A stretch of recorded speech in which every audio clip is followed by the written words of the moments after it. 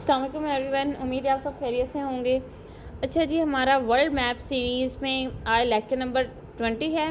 आज हम डिस्कस करने जा रहे हैं पाक चाइना रिलेशंस को। पाकिस्तान के चाइना साथ क्या ताल्लुकात हैं और पाकिस्तान अब तक चाइना साथ कितने ट्रीटीज़ या जो प्रोजेक्ट्स हैं वो साइन कर चुका है। इसके अलावा रीजन में इसकी क्या इंपॉर्टेंस है, चाइना पाकिस्तान पर रिलाई क्यों करता है और पाकिस्तान चाइना पर इतना ट्रस्ट क्यों करता है। आज हम इन तमाम चीज़ों को देखेंगे।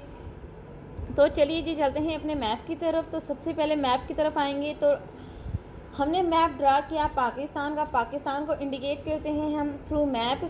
ये पाकिस्तान का मैप है, ये आपको नज़र आ रहा होगा। ये देखें क्लियरली यहाँ पे मेंशन है, पाकिस्तान का मैप है। पाकिस्तान के ईस्ट में इंडिया है और अगर हम बात करें वेस्ट की तो वेस्ट में अफ़गानिस्तान एंड ईरान है और पाकिस्तान के नॉर्थ में जो चाइना है और जो साउथ में है अरेबियन सी है। तो अरेबियन सी में पाकिस्तान के पास एक पोर्ट है जिसको बोला जाता है गवादर पोर्ट। गवादर पोर्ट को बेसिकली जो परचेज़ किया जाता है 1952 में पाकिस्तान परचेज़ करता है ओमान से। तो ये तो गवादर पोर्ट है। पाकिस्तान के रीजन में इम्पोर्टेंस जो है वो पहले तो थी ही, बट गवादर पोर्ट से वो मज़ीद बढ़ गई है। अब चाइना की अगर हम बात करें, चाइना एक रिपब्लिक है और ये 1 अक्टूबर 1949 में रिपब्लिक बनता है। माओ ज़ेडोंग इसको रिपब्लिक बनाते हैं क्योंकि वो सोशलिज़म और कम्युनिज़म यहाँ पे इंट्रोड्यूस करवाते हैं। इससे पहले चाइनीज़ जो कौम है बहुत ज़्यादा बैकवर्ड होती है और वो दुनिया की दौड़ में बहुत पीछे होती है, क्योंकि जब मिडिल ईस्ट कंपनी आती है, मिडिल ईस्ट कंपनी पूरी चाइनीज़ कौम को ओपियम के नशे पे लगा देती है और पूरी कौम जो है अफीम के नशे में धुत होती है। तो उन्हें नहीं पता कि हमने तरक्की की तरफ किस तरह जाना है। बट जब माओ ज़ेडोंग आते हैं वो अपनी पूरी कौम को एक बेदारी देते हैं और उनको राइट वे दिखाते हैं। तो ये तो हो गया चाइना। अब हम बात करेंगे पाकिस्तान की क्यों इम्पोर्टेंस है। सबसे पहले अगर हम बात करें, पाकिस्तान को रिकॉग्नाइज़ करता है, पाकिस्तान रिकॉग्नाइज़ करता है चाइना को 4 जनवरी 1950 में इसको रिकॉग्नाइज़ करता है। इसके बाद पाकिस्तान के चाइना के साथ डिप्लोमेटिक जो रिलेशंस है उनका आगाज़ हो जाता है। फिर होता कुछ इस तरह से है कि 1960s में सिनो इंडो वॉर स्टार्ट होती है और पाकिस्तान क्या है, पाकिस्तान गिफ्ट में चाइना को कश्मीर का कुछ पार्ट देता है।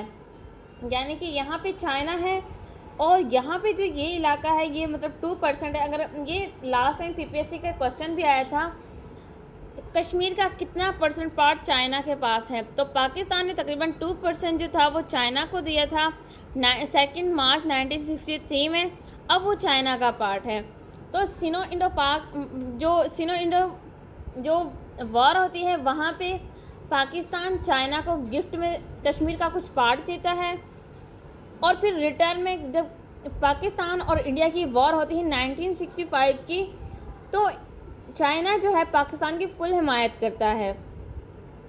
उसके बाद पाकिस्तान 2013 में एक प्रोजेक्ट साइन करता है CPEC, जो कि BR belt and road initiative का हिस्सा होता है, उसे स्टार्ट करता है। अगर हम बात करें BRI की, तो BRI यहाँ पे देखें, ये जो रेड लाइन है, रेड डॉटेड लाइन है, ये इंडिकेट करती है कराकरम हाईवे को।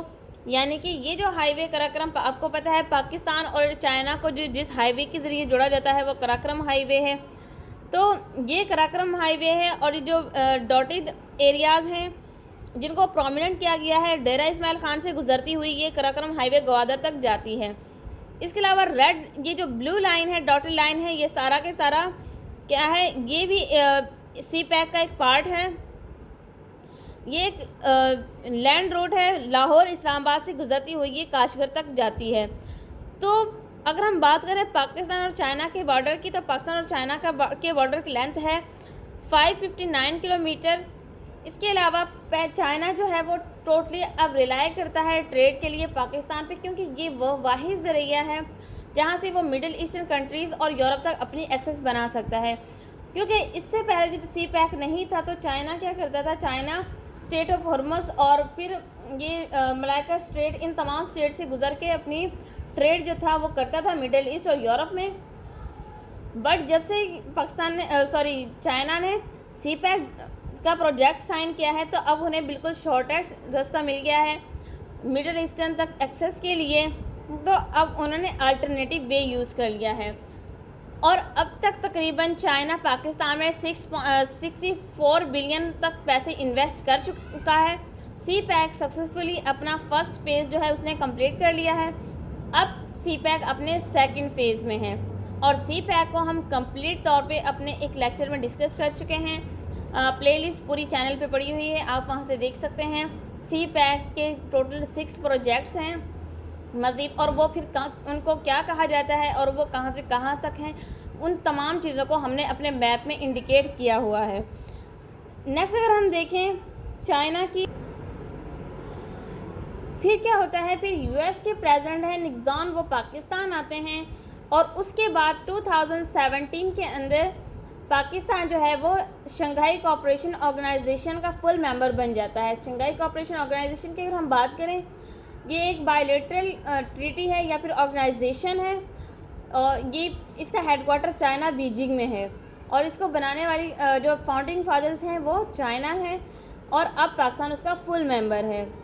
तो इसके अलावा चाइना जो है पाकिस्तान की हर जगह पे सपोर्ट करता है, पाकिस्तान को वक्तन फ़वक्तन अगर कहीं पे भी पैसों की ज़रूरत हो तो वह लोन भी देता है और इसके अलावा पाकिस्तान को प्रोटेक्ट भी करता है रीजन में। तो ये थी पाकिस्तान और चाइना के लिए एक दूसरे की इम्पोर्टेंस।